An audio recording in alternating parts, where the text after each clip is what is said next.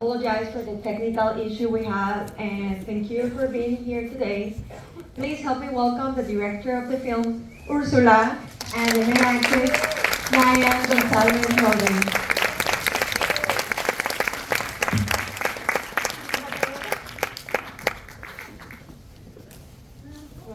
Hello everyone. I promise it's not a time jumping kind of film. Well, first of all, I want to say thank you for bringing the movie here. It was a special film, and I know even though you have a long career as an editor and you have directed tons of short films and stuff, it is your first feature film, and that has a very special place in your heart. So I'm sure you have like 1,000 ideas and stories. How you're like, Corina, this is my first baby. How did that happen? I have no idea. Well, no. First of all, thank you to the festival, to Hola Mexico. It's been an amazing journey. Thank you to Samuel and everyone involved. They've been wonderful. And second of all, I mean, yes, it does have a special place in my heart. And I don't know. The thing about Corina is that I never even intended for it to be in cinemas or in festivals. The first time that I sat down with a DP and we started talking, he was like, "So, what are you thinking? Like, what kind of festival you want to start?" And I'm like, "No, I just want to make a movie, a small movie, independent movie. It's something that I have inside of me that I just want to put it out there. No, I'm an editor." I was like, no, this is a movie of an editor. No, I didn't even consider myself a director. No, but then I don't know. Everything started to feel so creative. So I went deep into it. You know, working with the actresses and the actors, and working with the DP, and working with everyone. I was so, I don't know, it was a period of time that I felt drunk, you know, of creativity, and that felt amazing. And and every time I would woke up, I felt super grateful. It was like my heart would expand all the time, and I think that gave a result, no? And then the festivals, they did came, and the movie theaters, they did come. Aha. And it's Corina for me is the certainty. Well, not the certainty, but it does give you a little bit of certainty that if you do things with an open heart and with all your being, then the results can be amazing. I love that. And talking about doing things from the heart, like I wanna, Naian, ask you.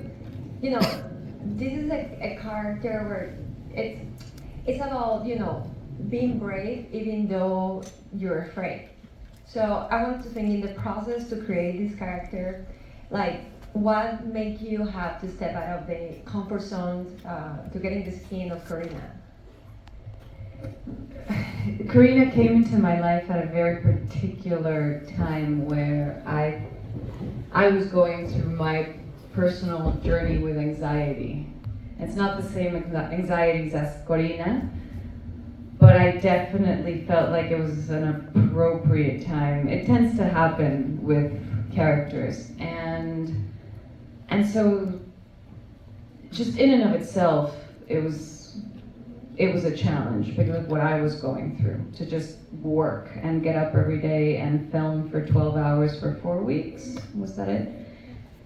And I think for any actor, every day on set is a chance to prove one's bravery in the face of daunting odds and fears around your own ability to do things, etc. And if you're in the right company, you're able to transcend that, and you're able to give the best of yourself, and that's all you can hope for.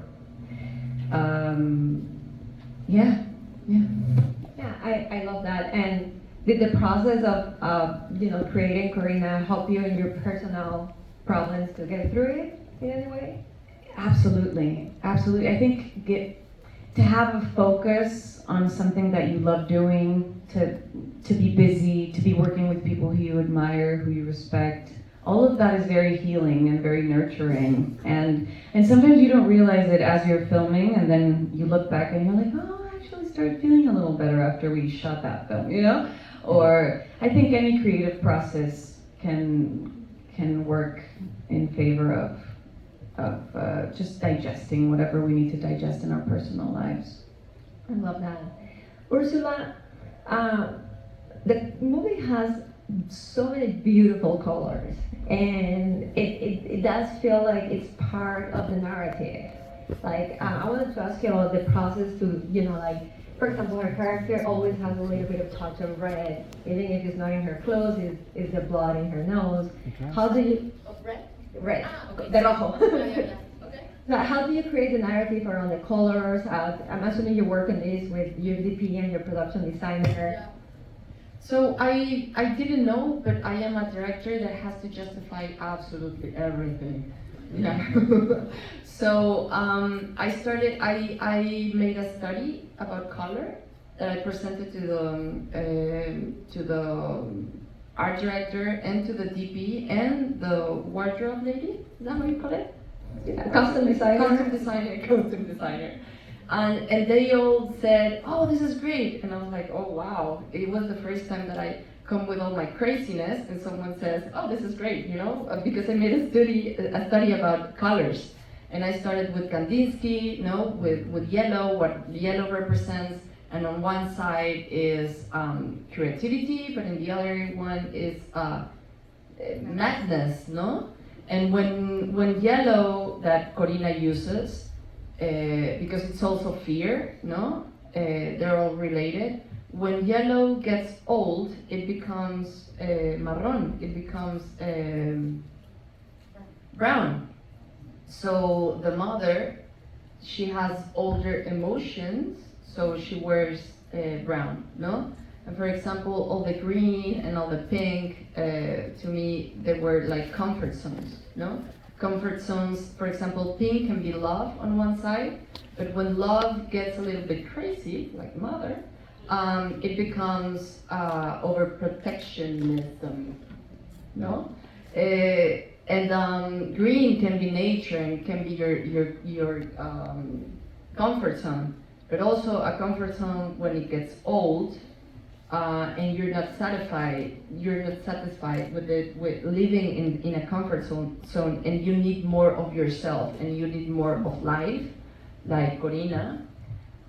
You get access to violence, to having the courage, and that's red. So red can mean violence on one hand, but on the other it can be very helpful, to feel the fire inside of you and saying, enough, I need more of life. I need more of myself as well. I know that I have more potential, no? So yeah, that's the story with the colors. And blue means destiny and what destiny has for yourself and freedom. So Cristo Fernández. Carlos means the possibility of freedom and the other side of fear. Yeah, I love how you use that along with the music and the sounds that kind of blend with the music to complement her inside world that she's telling us with her acting and eyes, but not with words, and I love that. I want to have one more question before I open to the audience, and it's about the choice of having the movie be in the year 2000. In the what? Year 2000. No, en el año 2000. Perdón, en el año 2000. Yeah.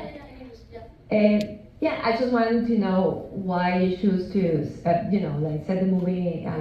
As a writer, I mean, if you want drama, if you want, you have to put the character into a lot of pressure, and you have to, lo tienes que maltratar al personaje. ¿Cómo dices eso en inglés? Like being into the You have to character? mistreat the character.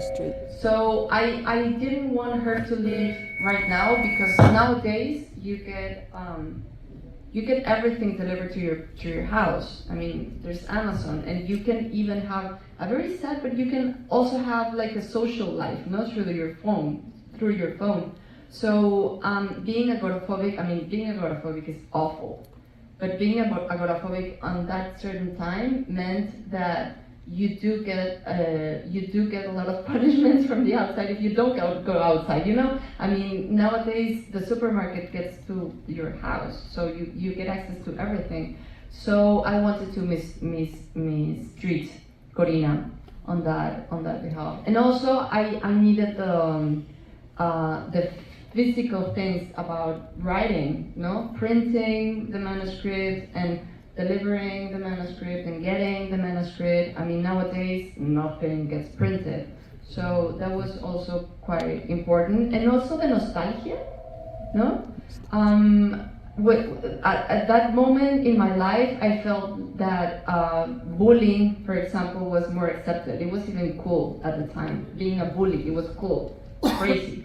So I also wanted to mistreat the character in that way as well, that she gets bullied, no, by the boss and by the creative guys and stuff. Yeah. So and yeah, it was a special time for me too. So the if you want to make it personal, you take things about your life. So that also nostalgia. Yeah. I love that. Okay, let's open to the audience. We have one right here. Mi primera pregunta es la colonia americana. ¿Filmaron en la colonia americana? Sí. Y si filmaron ahí, ¿por qué decidieron filmar la película o ponerla en la colonia americana de Guadalajara?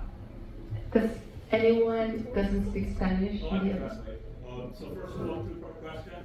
It's did you film in the colonia americana of Guadalajara? Yeah. And if you did, why did you choose to film in the colonia americana? So I am from Guadalajara, and it's me. I'm the problem. So I am from Guadalajara, and when I grew up in Guadalajara, I lived in a very, I don't know how to say it, like very posh part of Guadalajara, no? And the school I went, it didn't have like arts very developed, no? Everything was science and everything was physics and everything was, no? And I didn't know any other way of living, but I lo añoraba. I yearned for it? Yeah. So that part of Guadalajara for me at the time meant the search of inspiration places, no? That's where I would see Polanski movies and Greenaway movies in theaters that were in that part of the city.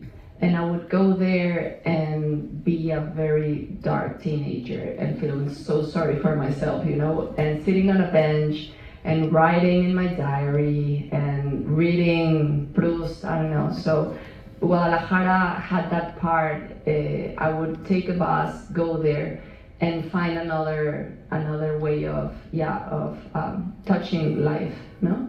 So Americana, that's what it means for me.